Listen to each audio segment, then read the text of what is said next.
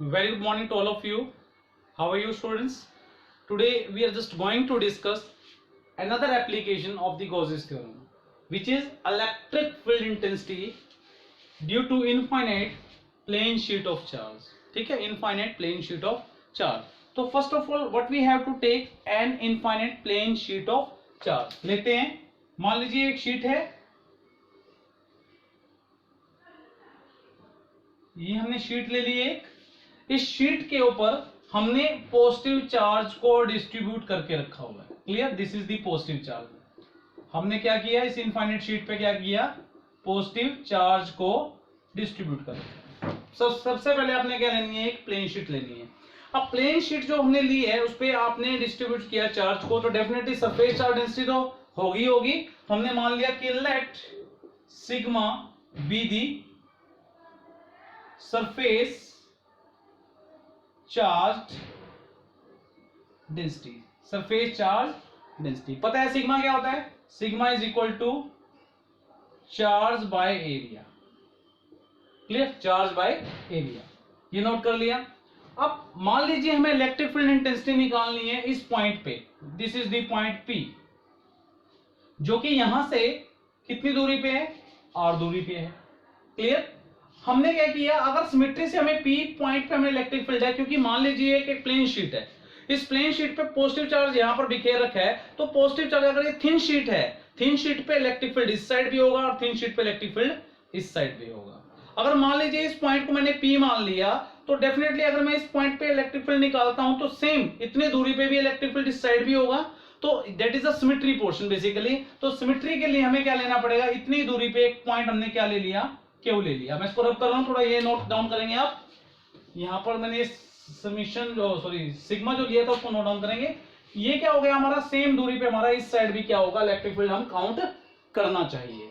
मान लीजिए हमने यहां पर एक एलिमेंट ले लिया, जिसका ये जो एलिमेंट हमने लिया ds एलिमेंट, मैं यहां लिख देता हूं, ये कौन सा एलिमेंट है, ds एलिमेंट, जिसका रेडियस कितना मान लिया मैंने, r मान लिया. तो सिमिलरली यहां पर भी एक क्या बन जाएगा, एक इमेजिन करेंगे हम, क्या इमेजिन करेंगे, एक सिलेंडर इमेजिन करेंगे जिसकी लेंथ कितनी है 2l. यहां से यहां तक कितनी होगी l, और यहां से यहां तक भी कितनी होगी l. समझ पा रहे हैं? यहां से यहां तक भी l और यहां से यहां तक भी कितनी हो जाएगी l.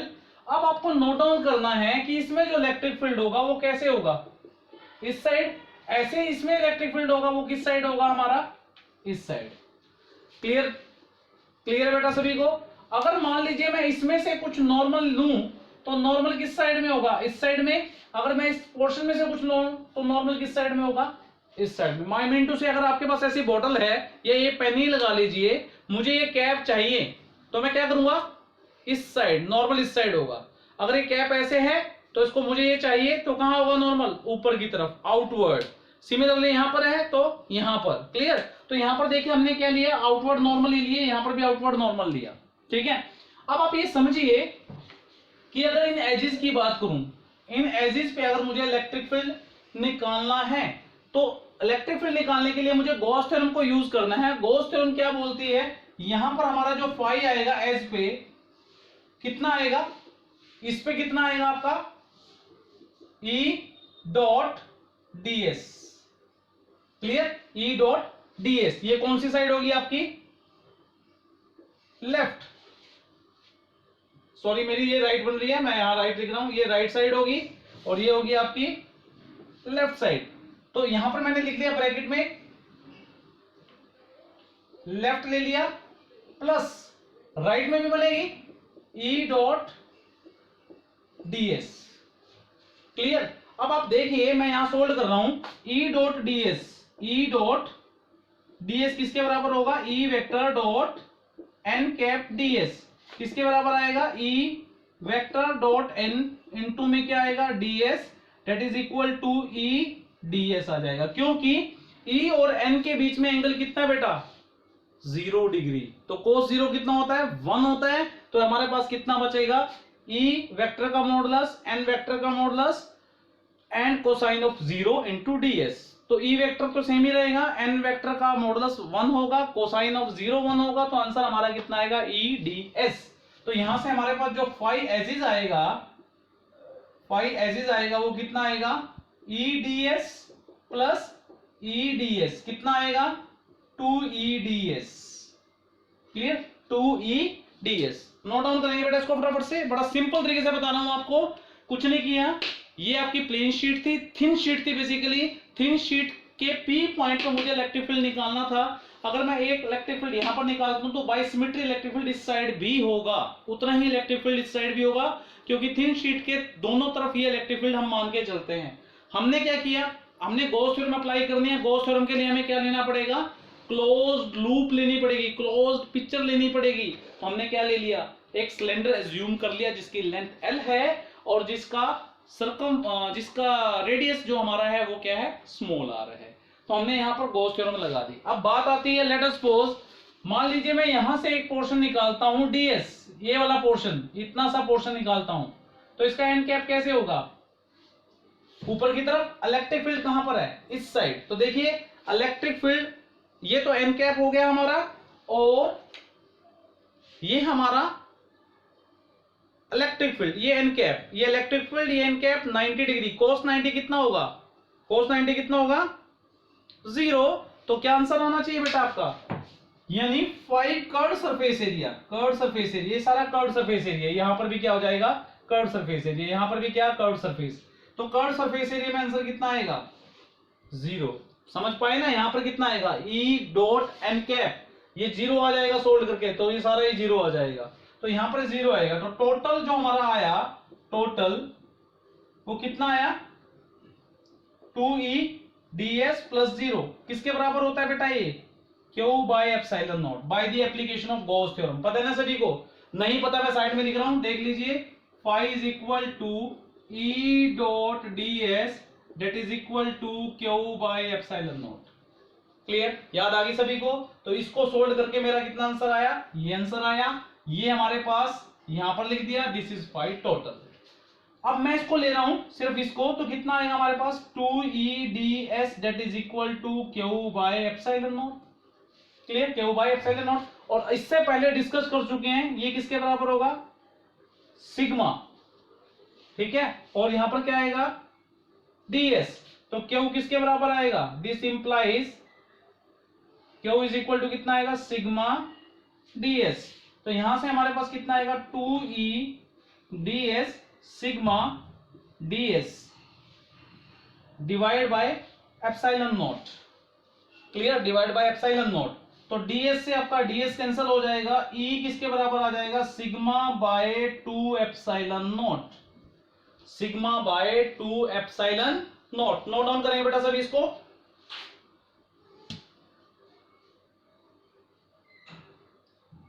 कर लिया नोट डाउन। यहां तक रिजल्ट याद करना है आपको, sigma bye 2 epsilon not.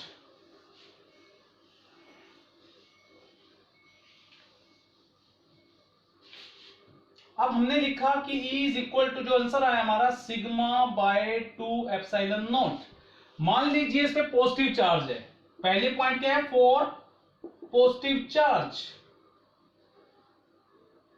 For positive charge क्या हो जाएगा, सिग्मा ग्रेटर देन 0 होगा।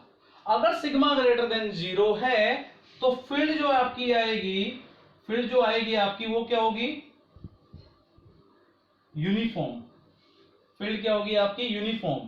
क्लियर, फील्ड क्या होगी आपकी, यूनिफॉर्म। और क्या लिख सकते हैं साथ में, फील्ड के साथ यूनिफॉर्म तो होगी, इसके अलावा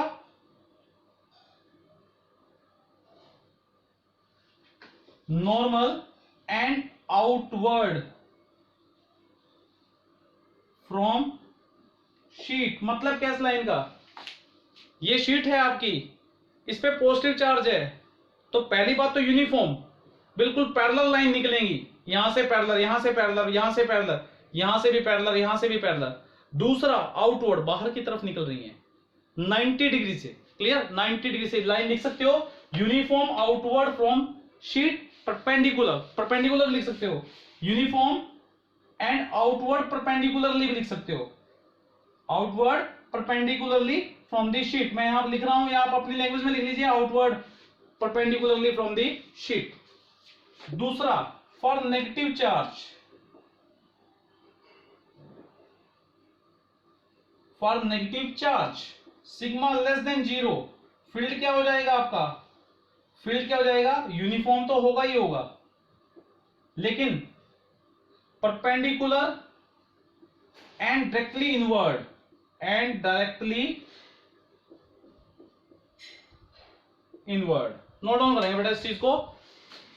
अगर मान लीजिए यहां पर नेगेटिव चार्ज है तो फील्ड क्या जाएगी, अंदर की तरफ होगी, तो यूनिफॉर्म ही, पर होगी कैसे, 90 डिग्री में अंदर की तरफ जाएगी। तो ये नोट डाउन करेंगे बेटा, एक बार फटाफट से नोट डाउन कीजिए इसको। अब उसके बाद आता है let us suppose we are having, let us suppose we are having a thick sheet. अब मैं ले रहा हूं थिक शीट की बात। ये थोड़ा सा स्पेशल केस में आता है कि अगर मान लीजिए हमारे पास कोई थिक शीट है, डायग्राम देखते हैं बन पाएगा कि नहीं मुझसे।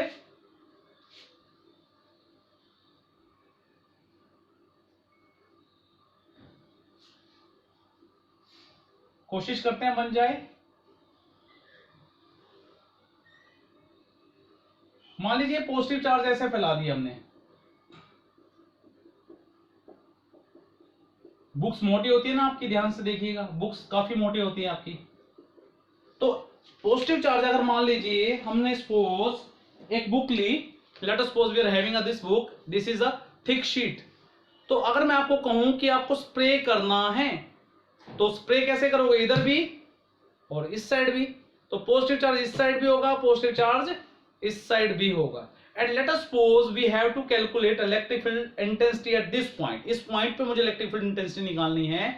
तो इलेक्ट्रिक फील्ड इस पेज के ऊपर जो चार्ज है उसकी वजह से भी होगी कि नहीं होगी इस साइड, और दूसरा ये जो चार्ज है इस साइड, इसकी वजह से भी इस साइड इधर होगी। सिमिलरली अगर ये पॉइंट इधर होता तो इसकी वजह से एक इलेक्ट्रिक फील्ड यहां पर जनरेट होता, और इस पिछले वाले पेज की तरफ से भी इस साइड भी एक इलेक्ट्रिक फील्ड होता। तो एज्यूम करनी है आपने, यहां पर ध्यान दीजिएगा, क्लियर। तो यहां पर आपने नोट कर ली। तो मान लीजिए मतलब यहां पर एक पॉइंट है, लेट अस सपोज यहां पर एक पॉइंट है P। तो ये जो पीछे वाला है, पीछे वाले की वजह से यहां पर क्या होगा, इलेक्ट्रिक फील्ड E1 आएगी, और इसकी वजह से इलेक्ट्रिक फील्ड क्या आएगी, यहां पर E2 आएगी। दोनों की डायरेक्शन क्या है, सेम है।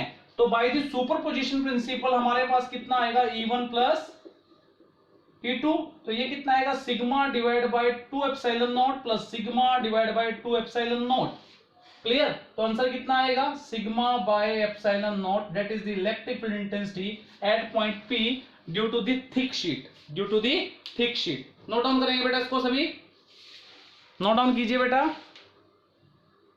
नेक्स्ट टॉपिक आपका आता है electric field intensity due to two thin infinite sheet of charge. दो इनफाइनाइट शीट हैं। तो मान लीजिए लेट अस सपोज एक शीट हमने ये ले ली, बड़ा आसान सा टॉपिक है, सेकंडों के हिसाब से हो जाता है।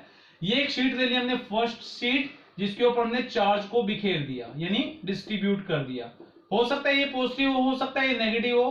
तो फिलहाल हम स्टार्टिंग में क्या ले रहे हैं, पॉजिटिव चार्ज ही ले रहे हैं।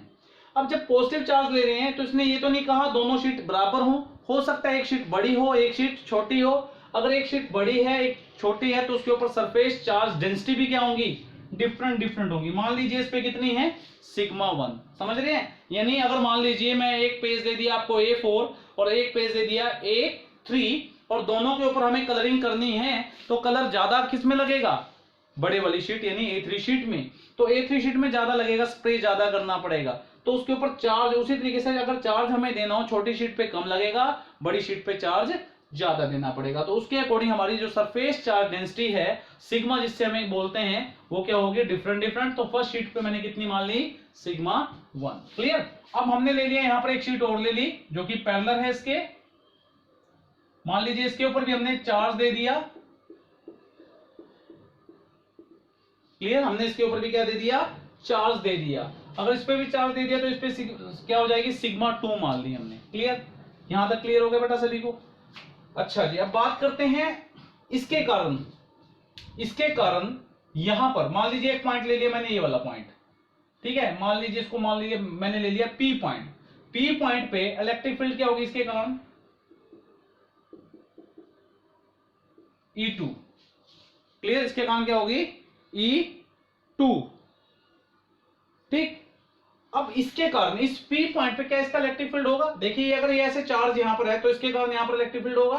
बिल्कुल होगा, मैंने थोड़ा ऐसे करके दिखा दिया, ये हो जाएगा आपका E1 इस P पॉइंट पे, क्लियर, इस P पॉइंट पे, क्लियर। सिमिलरली मान लीजिए एक पॉइंट मैंने यहां पर ले लिया, let us this is point Q, क्या इसके कारण इलेक्ट्रिक फील्ड इस साइड होगा, ये चार्ज इधर भी होगा, तो इस साइड पे इलेक्ट्रिक फील्ड होगा, बिल्कुल होगा, कौन सा होगा, E2, वेक्टर लगा दिया मैंने यहां पर, this is the vector quantity, मैंने वेक्टर लगा दिया। सिमिलरली इसके कारण यहां पर होगा, ऑफ कोर्स बिल्कुल होगा, ये कितना होगा E1, सॉरी ये हमारा E1 है और ये हमारा कितना होगा E2। क्या यहां पर भी एक कोई पॉइंट लिया जा सकता है, यस बिल्कुल ले सकते हैं, एस पॉइंट ले लिया, इसके कारण इलेक्ट्रिक फील्ड यहां पर क्या होगा E1 और इसके कारण क्या होगा E2, क्लियर।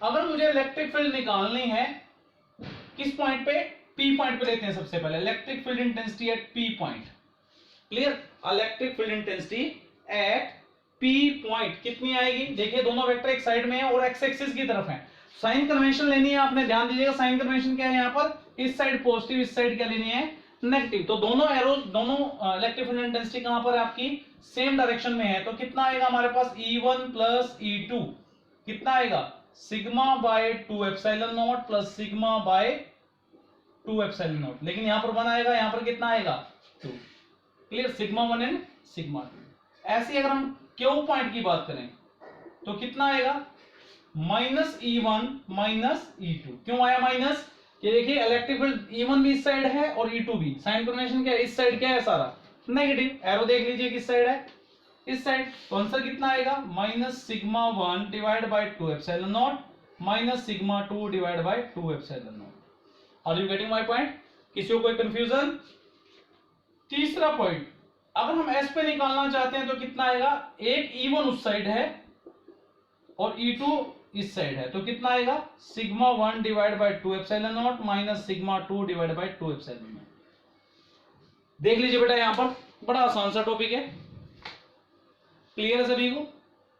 अब यहां पर आने के बाद आपको समझना है कि क्या ये जरूरी है कि हमेशा यहां पर पॉजिटिव चार्ज होगा, क्या जरूरी है यहां पर हमारे पास हमेशा पॉजिटिव चार्ज होगा, no, because in nature we are having two charge, positive as well as negative, depending upon that we always take care about these type of things, sometime both are positive, sometime both are negative, and sometime one is positive and another is negative, clear।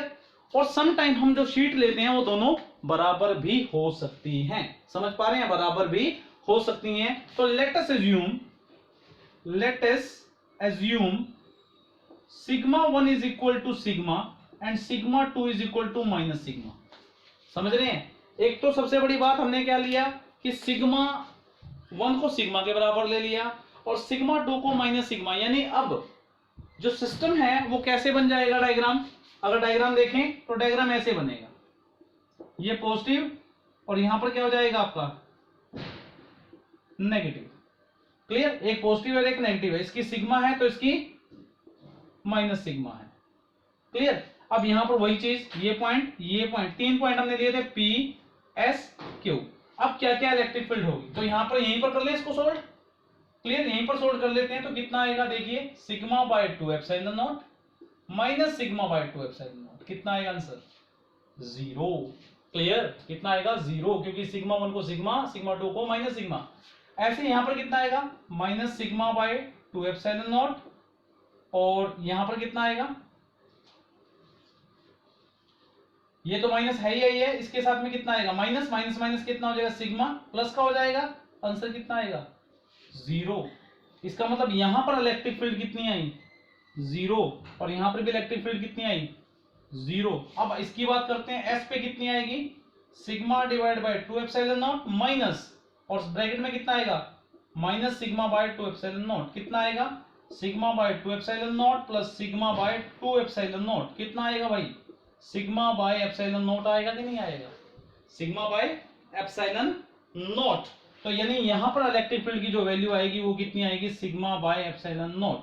तो note down करेंगे बेटा सभी कि left hand side और right hand side में आपकी जो electric field intensity है by the application of Gauss theorem क्या आई है 0 आई है, पर in between the two plates it's value when sigma 1 is equal to sigma and sigma 2 is equal to minus sigma, it comes out to be sigma by epsilon not. Are you getting my point? This is the complete application of Gauss theorem, and whenever we are taking the class, so definitely we will solve the number of numericals regarding your Gauss theorem. Thank you very much.